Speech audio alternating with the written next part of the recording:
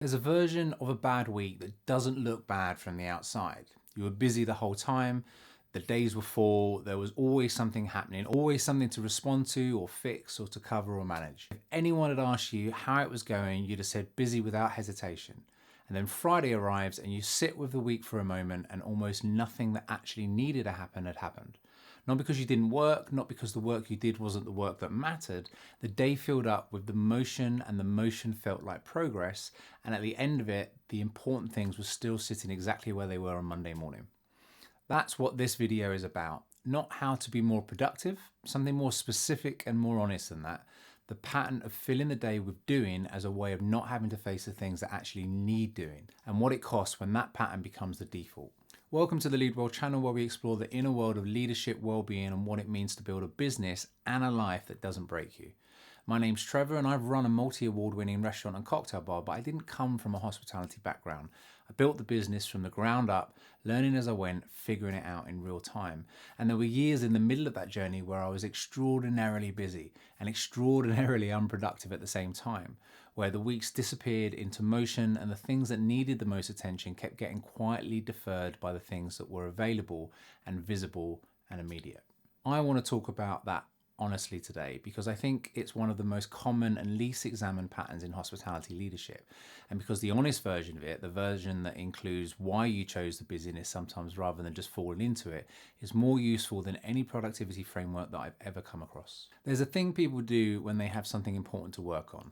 They tidy their room first. Not because the room is a disaster, because the important thing is uncomfortable and the tidying is available and it feels like activity. It scratches the productivity itch without requiring the thing the productivity itch was actually pointing at. When the room is clean, you'll start. When the emails are checked, you'll start.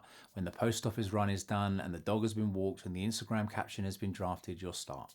Except by then the day is gone and the starting never happened. In a hospitality business, this looks very specific. I know what it looked like for me. Post office run that was slightly less urgent than it seemed at the time, I decided to do it.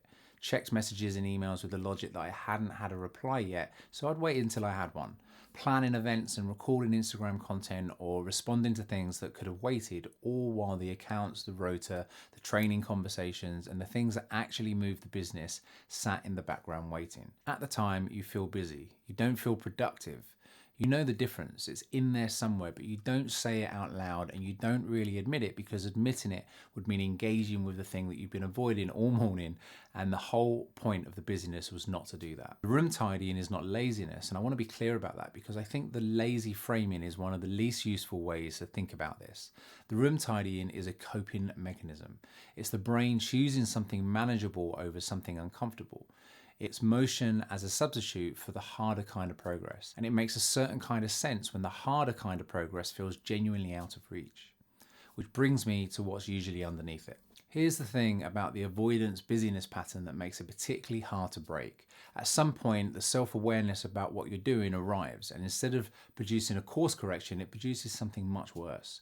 You see it, you'll see yourself doing it. You recognize the post office run for what it was, and the Instagram planning for what it is, and the email check-in for what it is. And the recognition doesn't stop the behavior, it just adds a layer of self-judgment on top of it. The resentment, the self-loathing, the knowing that you're not doing your job combining with the inability to make yourself do it.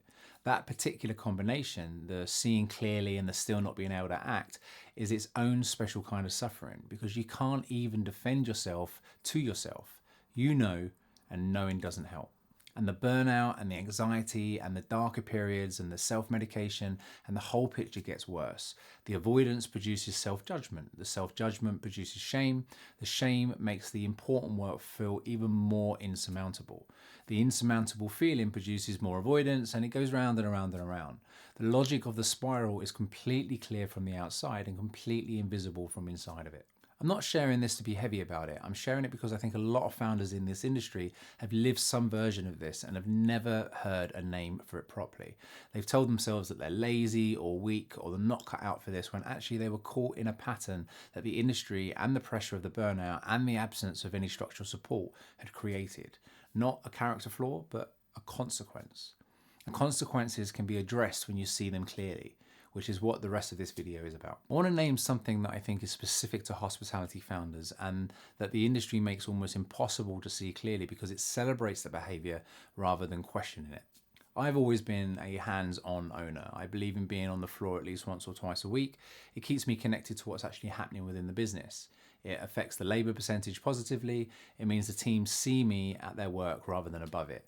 There are real and genuine reasons why a founder being present on the floor matters. And there were times when I leaned on that more than was actually useful. Times when being on the floor was easier than being at the desk, when the physical, visible, immediate productivity of a shift was preferable than the slower, less satisfying, harder to feel finished productivity of the founder work that was waiting. The floor shift has a clear end. You do the shift is done, and you can see what you produce. The accounts guidance, the SOP writing, the management development conversations, and the strategic thinking, they don't have that quality. They're ongoing, they're invisible in their output for longer.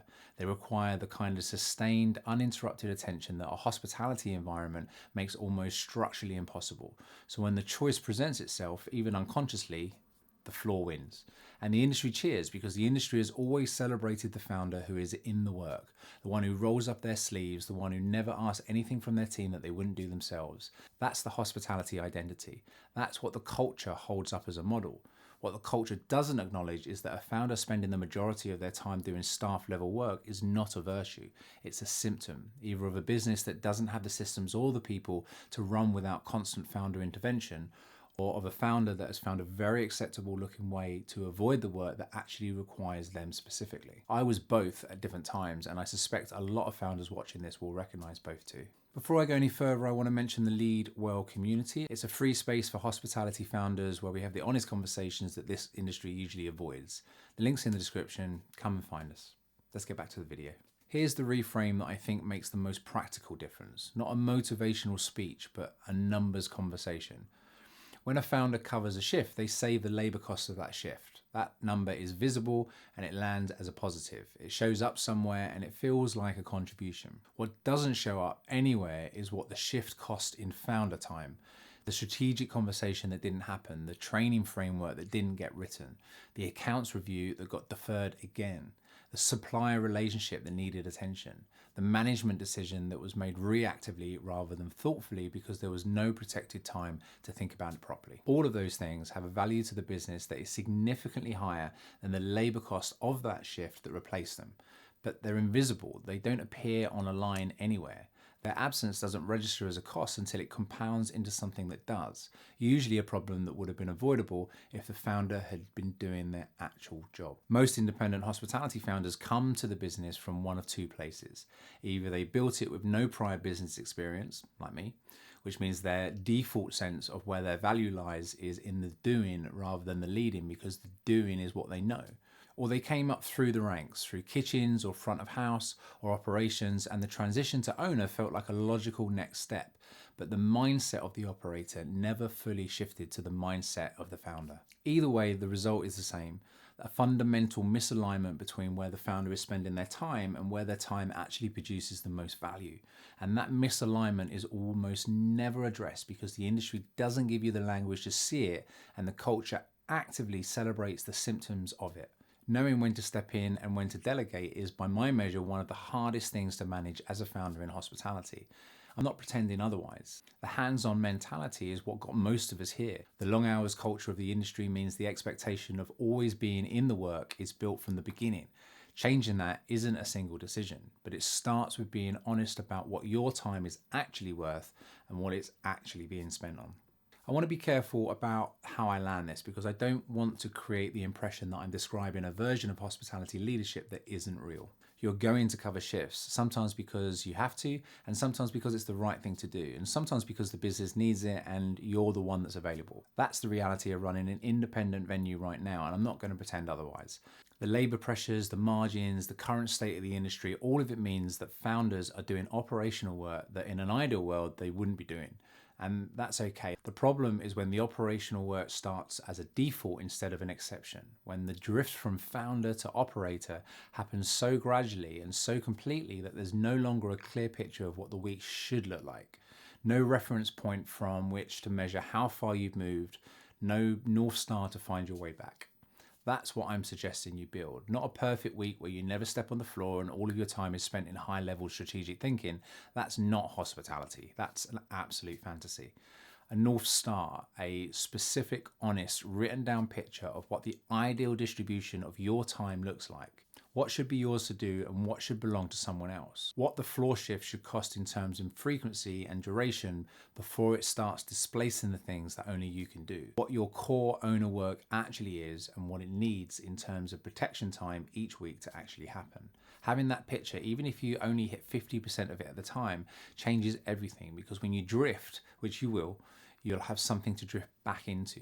When the operator noise gets louder and the floor starts absorbing more of the week than it should, you have a clear reference point that tells you so.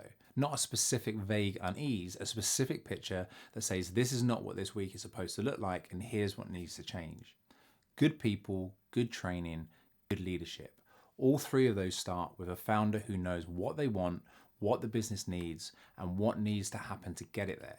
Not a founder who is everywhere and nowhere. Not a founder who is filling the week with room tidying version of running a hospitality business while the important things all wait. A founder who leads, and leading starts with knowing the difference between being busy and moving forward. Those are not the same thing, and the week you can finally tell them apart is the week a lot of the other things start to change.